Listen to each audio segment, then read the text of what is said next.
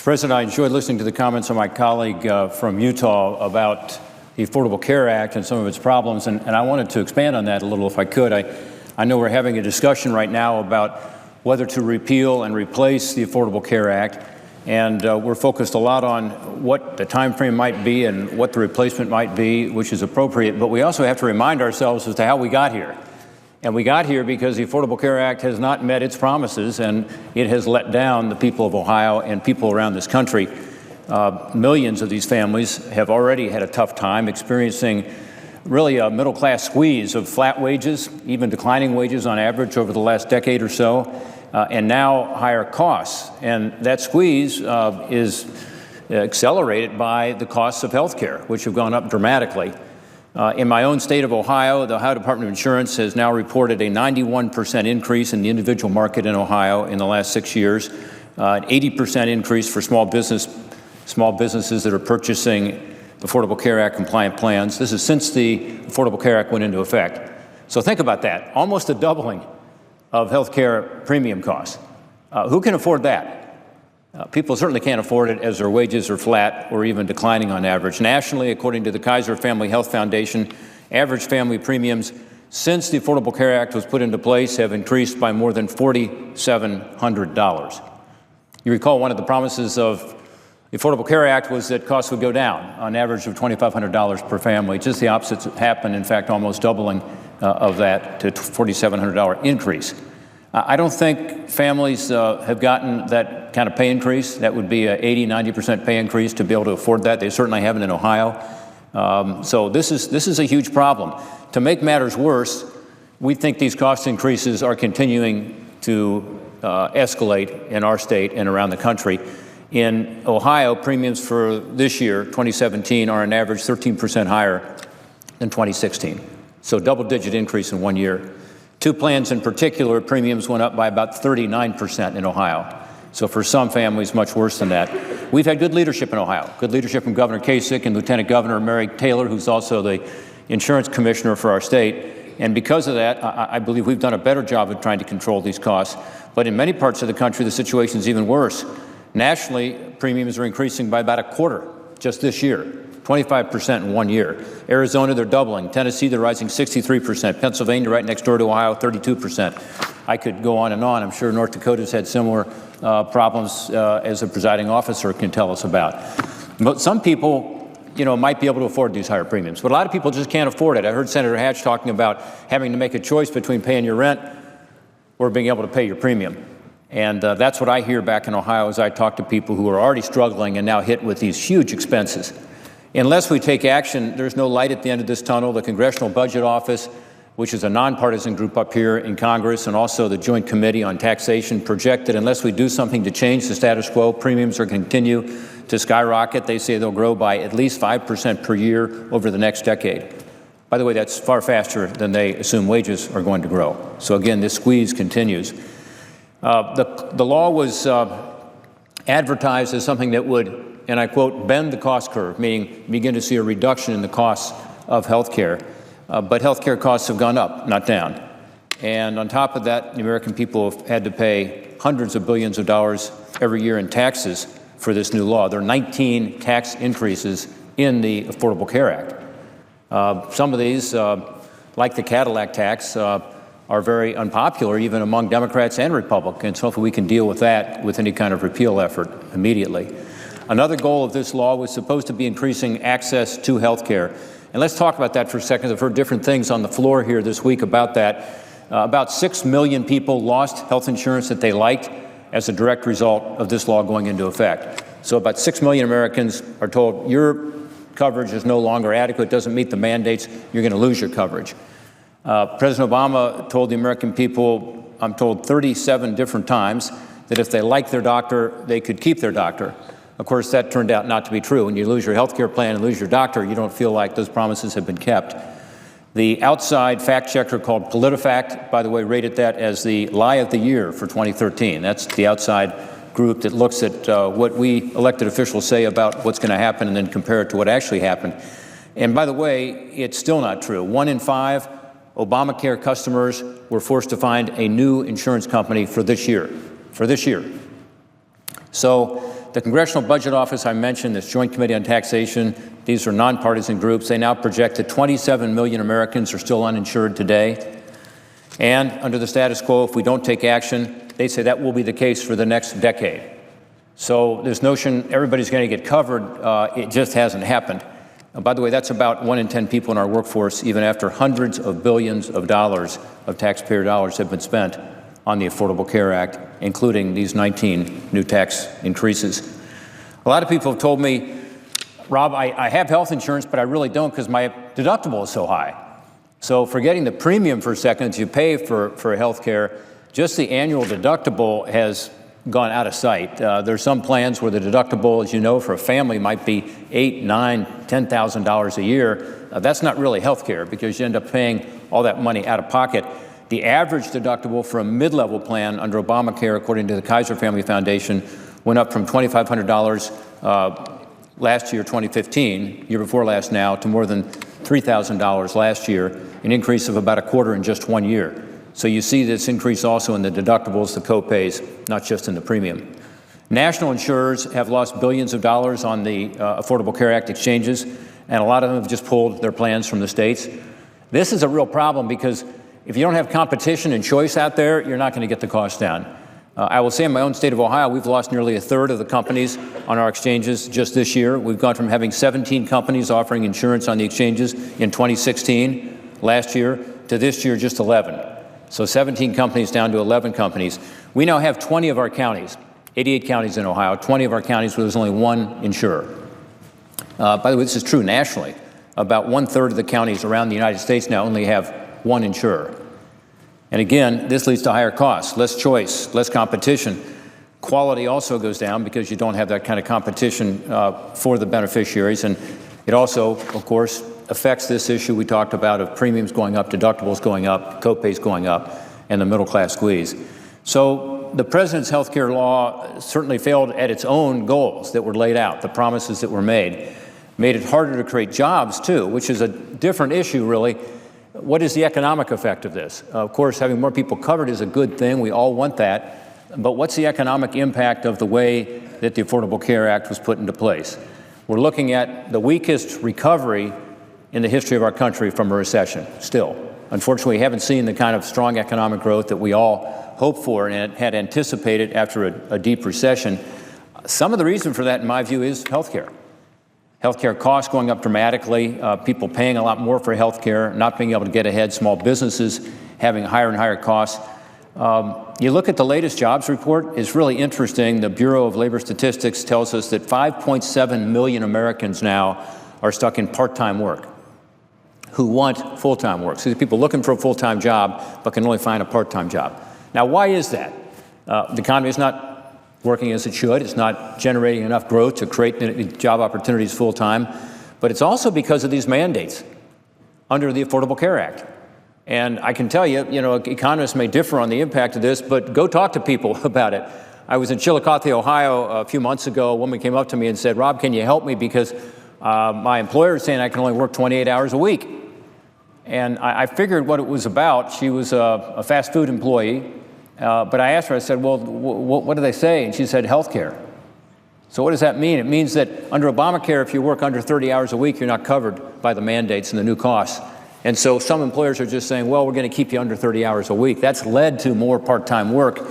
In this particular case, this woman said, I got to find another part-time job, and I got kids at home. This is tough. And I said, well, an answer to this in part is to change this health care law, to take out some of these requirements and mandates, and to make it pro-growth and pro-jobs rather than the current situation.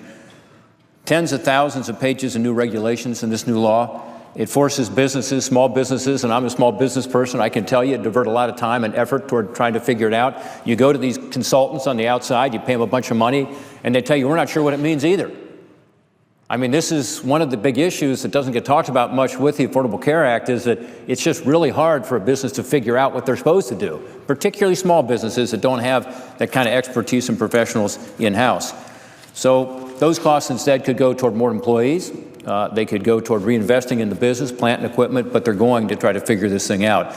I don't doubt the good intentions of my colleagues on the other side of the aisle who support this legislation. Again, we all want to see more coverage. We want to see health care costs go down, but that's not what's happened. Before the Affordable Care Act went into effect, CBO estimated that 26 million Americans would be enrolled in a plan in 2016. That's what they estimated. This is the Congressional Budget Office. 26 million would be enrolled in a plan in 2016. The actual number was 12.7, less than half of that. So again, it hasn't met its own promises and its own projections. The co-ops is another failure. For those of you who follow this closely, you know that there was a debate here on the floor this before I got elected, but it was about should there be a public option so that everybody would have an option to get into an exchange. I said, well, let's put together these co-ops. They'll be nonprofits. They'll work great. We'll set up these co-ops all around the country. There were 23 co-ops set up, including one in Ohio. We now see that 15 of the 23 co-ops have gone insolvent, 15 of the 23. And I will tell you, last spring when 22,000 Ohioans lost their health care because the co-op went belly up, it was tough because they had to scramble and find a new health care plan quickly. More than 860,000 Americans, people who were encouraged by this law to sign up for these co-op plans, have had to scramble to find new coverage because of a failed co-op. So it's tough on these families. It's also tough on the taxpayer. We did an investigation of this under the Permanent Subcommittee on Investigations, and we looked at what's happening to these families, and we also looked at what's happening to the taxpayer. And at that time, when only about half of the co-ops had gone under, rather than about two-thirds, $1.2 billion of taxpayer money had already been spent on these co-ops. Now, that money isn't coming back to the Treasury, meaning this is money that will probably never be repaid. Again, part of the problem with our debt and deficit is the Obamacare's Affordable Care Act has been so expensive, and these co-ops in particular just wasted money. Among the surviving co-ops, 3 have not yet enrolled 25,000 members. In other words, they aren't enrolling a lot of members either, even if they are surviving. So the Nonpartisan Government Accountability Office, GAO, issued a report in March that confirms the results of our investigation and that indicates that this money, the $1.2 billion, has now increased substantially because more of the co-ops have gone under. By the way, many of those 22,000 Ohio families who were in the co-op had already paid deductibles on the plans they thought they could count on. So think about it. They'd already paid hundreds, thousands of dollars in health care costs to get up to their deductible, and then all of a sudden they find out they've got to go to a new plan and they've got to start all over again. So it's sort of adding insult to injury. You know, they lost their plan, you got to scramble to find one, and then you find out, gosh, I have all these out-of-pocket expenses again because although I met my deductible under the old plan, I got to start over again in a new plan. This is not the way it ought to be, and it's just not fair. These families did nothing wrong. All they did was what they were told to do, which is sign up for these co-ops. Mr. President, I think these are just symptoms of the problem. I think the diagnosis is clear, though, which is that the health care law is bad law, it's bad economics, and it's bad health care policy. It just hasn't worked. And I think it's difficult to make the other argument. The president's health care law hasn't worked, not that it didn't have good intentions, because it tried to achieve those good intentions by forcing millions of people to buy a product they didn't want, often after losing a product they did want, including a $2 billion taxpayer-funded website that didn't work. As you may recall, you remember all the problems with the Affordable Care Act website, and potentially exposed a lot of personal information, unfortunately, of many of these individuals to hackers. As I talked about, even those who have insurance often have limited access to providers because the deductibility is so high, they just can't afford their health care. With higher costs and fewer choices, the American people, by and large, are dissatisfied by this plan, the Affordable Care Act, just as they have since this was enacted. There was a CBS poll done just last month that showed that more Americans disapprove of the law than approve of it. A Gallup poll in November found that 8 in 10 Americans want the law repealed or significantly changed. 8 in 10 Americans. Why? Because they've seen it. And by the way, most Americans are not in the exchanges, but they felt it. Because think about this. When a company is involved in the exchanges and losing money, and many of these companies are losing hundreds of billions of dollars a year, what they're doing is they're cost shifting onto private plans, onto employer-based plans, and raising the costs for other Americans. So this is part of the reason why health care costs have gone up generally, not just in the exchanges, but overall. I've certainly seen this firsthand in Ohio. Constituents have been contacting me for the last 6 years to tell me how this health care law is affecting them. There's a father of 5 who wrote to me after the cost of his family's insurance doubled. Another man saw his $100 deductible soar to $4,000 while his premium hit $1,000 a month. Again, these folks just can't afford it, period. I still remember the letter I received from Dean from Sandusky. He lost his job in 2009, like so many other Americans did during the recession. Because he lost his job, he had to go on the individual market to buy health care insurance. He picked out a plan that worked for him, one that worked for his family and him. He liked it, he bought it. Once the president's health care law went into effect, that plan was discontinued because it didn't meet the mandates and requirements of the new law.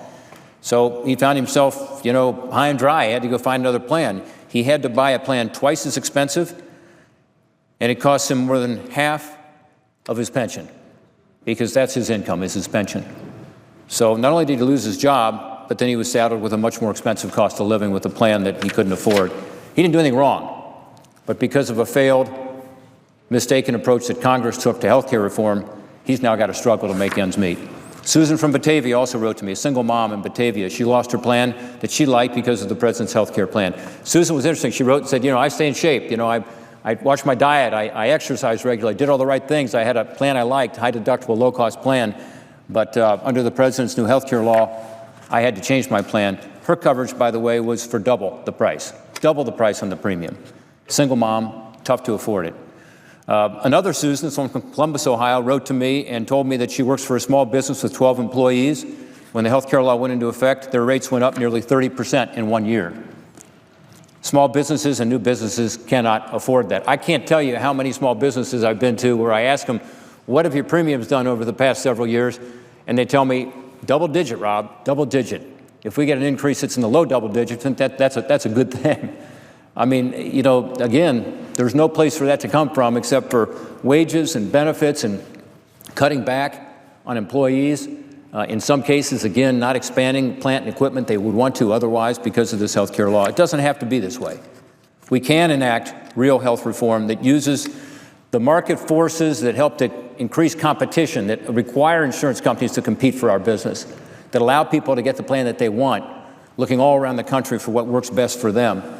This burdensome health care law is standing in the way of those reforms right now. It is hurting middle-class families in Ohio and across the country. The health care market was far from perfect before this law. So I'm not arguing that the status quo is acceptable. I do think we do have to do things, not just to repeal Obamacare, but to replace the Affordable Care Act with reforms that make better sense, because we had issues before it, but it's gotten worse, not better. It accelerated the problems. So I hope that over the next couple of months as we talk about this, we will be able to come up with a replacement plan that makes sense. Republicans and Democrats alike need to come to the table on this because, again, I've listed today all the reasons that the current law is not working, the status quo is not acceptable. I think it's very hard to argue that it is. That means that all of us have a responsibility to say, okay, how do we fix this? How do we come together, Republicans and Democrats alike, not on a partisan basis as was done last time, but let's figure out a way to do it together to make sure that the people we represent have a chance to get the health care that they want for their families, for them, that fits them, where they can have costs that are affordable, where they can have quality that takes care of themselves and their family, where it can be patient-centered, and we can give people the affordable care that they deserve. Thank you, Mr. President. I yield back my time.